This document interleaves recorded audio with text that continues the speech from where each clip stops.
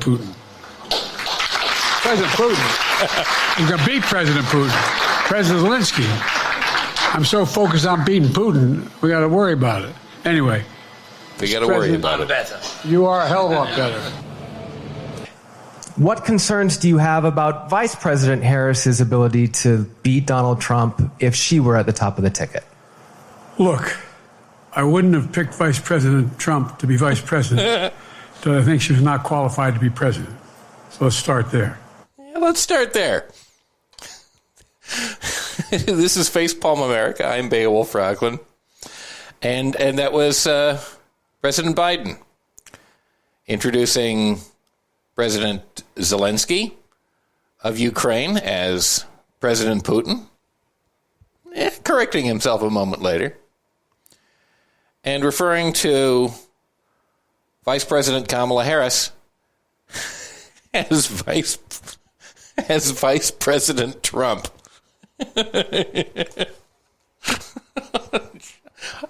I shouldn't laugh. I shouldn't laugh. It's really not a joking matter. Like, as the Democrats say, and it's true, and as they claim to believe themselves, democracy is on the line here, and it really is. Democracy is on the line. There's a very good chance, a very high probability, that if Donald Trump becomes president of the United States, if he wins the election in November, if he becomes president in 2025, that, like, we will no longer have even a semblance of a democracy in this country. It's a very dangerous prospect. A very dangerous prospect. And the person that is running against him, the main individual, as put forward thus far by the main opposition party to Trump and the Republican Party, the Democrats, is not always able to tell the difference between Vladimir Zelensky and Vladimir Putin, and Vice President Harris and Vice President Trump.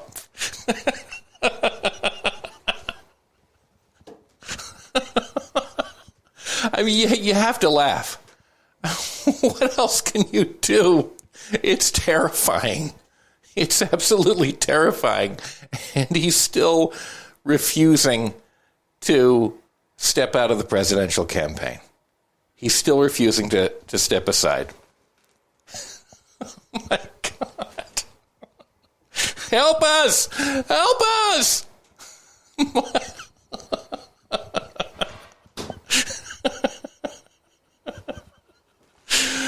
Oh, he has to go.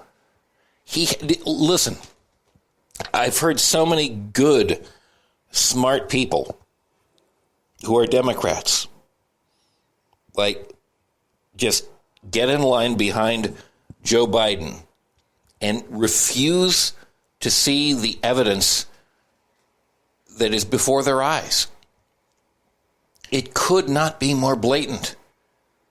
It could not be more obvious.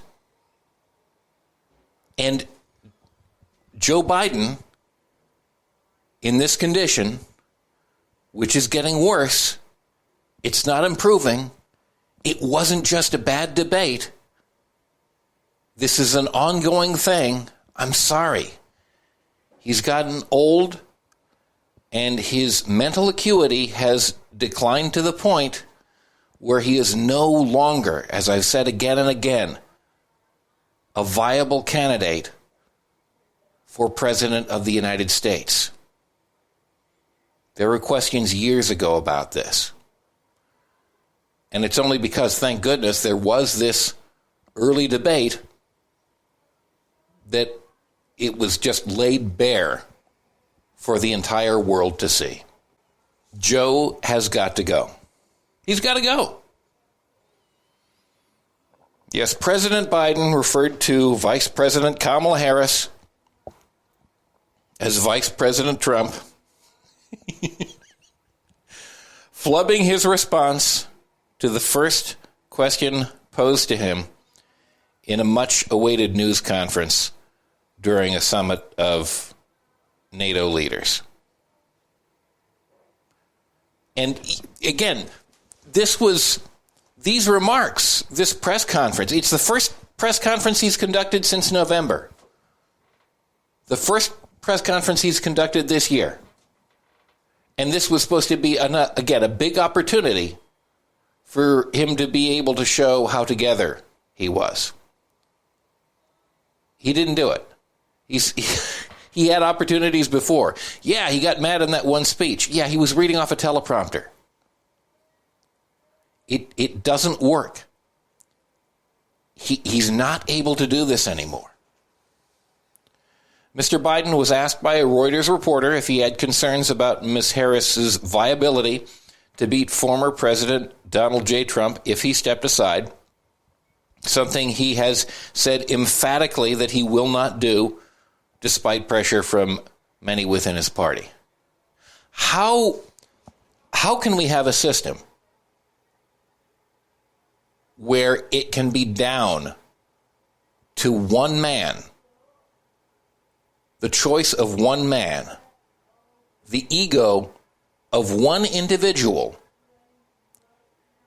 whether we're going to have a democracy or we're going to have a dictatorship? How can that be down to one man? And that's the problem. And that really fundamentally, because of that narrow bandwidth for power, because it rests on just that one individual, those choices, that's why we're in the position that we are. It should not be this way. The Democratic Party should not be set up that way. No one who's in a position to, be the next leader, there should be checks and balances. But within the Democratic Party, and certainly within the Republican Party, there are no checks and balances. I mean, Trump is horrible, and the Republicans are horrible. But the structure of the Democratic Party, which from what I've heard, there are virtually no options aside from Joe Biden voluntarily stepping aside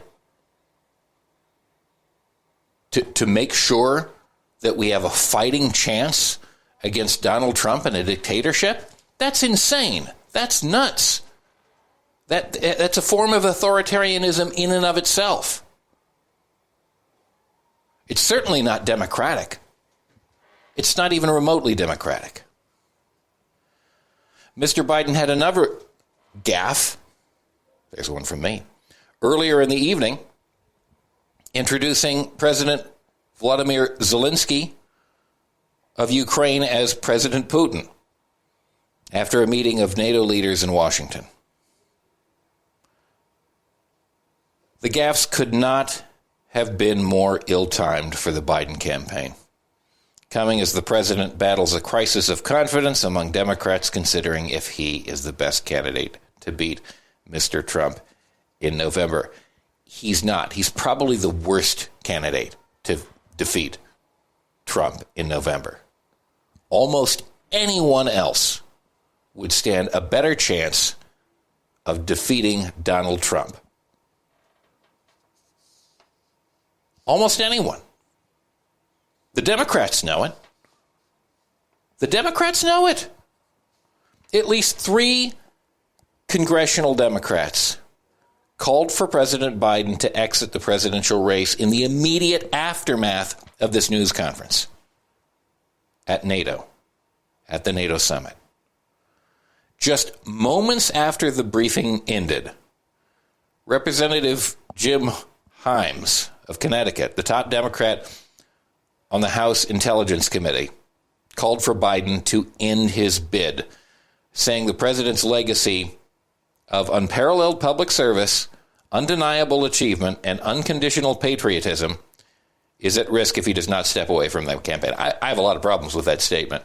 I mean, I'm glad he's asking him to step away. Look, I'm not going to split hairs at this point. He needs to be gone. But even aside from his age, Biden has a lot of problems with what he's done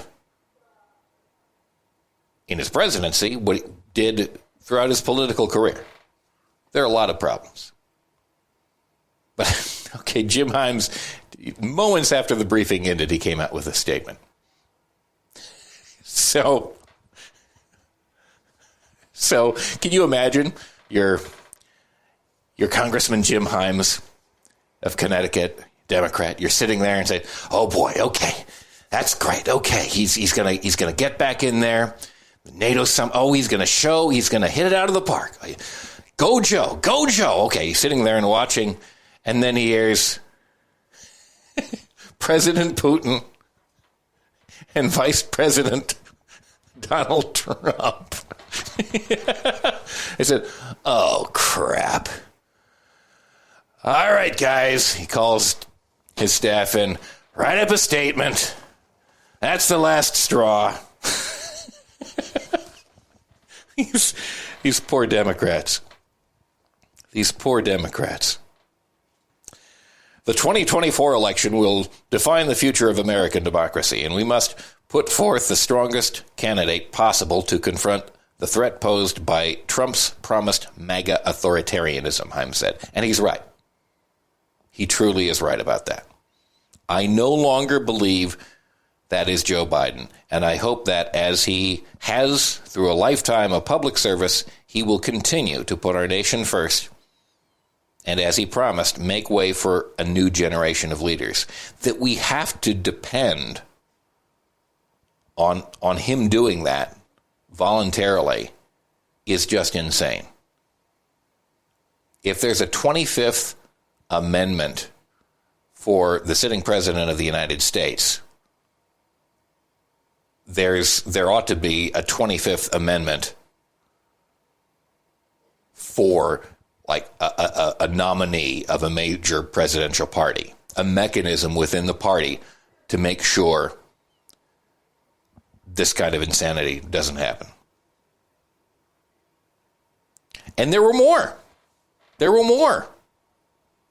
Other Democrats who dropped off the Biden bandwagon right after they saw this press conference. We're going to get to that in a moment, but we got to take a break.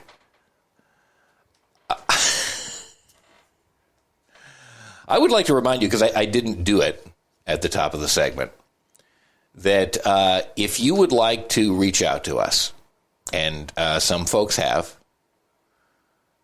you can do that by going to 202-656-6271. You can message us. You can call us. We can set up a time to talk on the air. I know there's some folks that I haven't called or messaged back. I will get back to you. We will get your voices on this program, either directly or indirectly.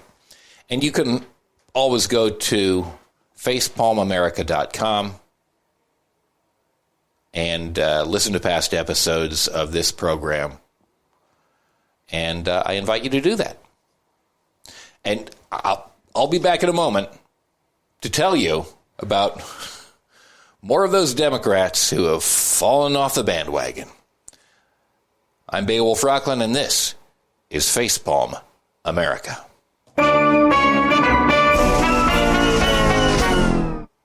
Greetings, Facepalm America listener.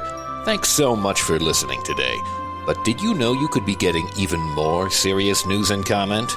And some of the just plain silly variety too? Once you finish listening here, go to @FacepalmUSA on Twitter and download still more Facepalm America content. That's @FacepalmUSA on Twitter. Don't lapse into despondency. Save our democracy. @FacepalmUSA.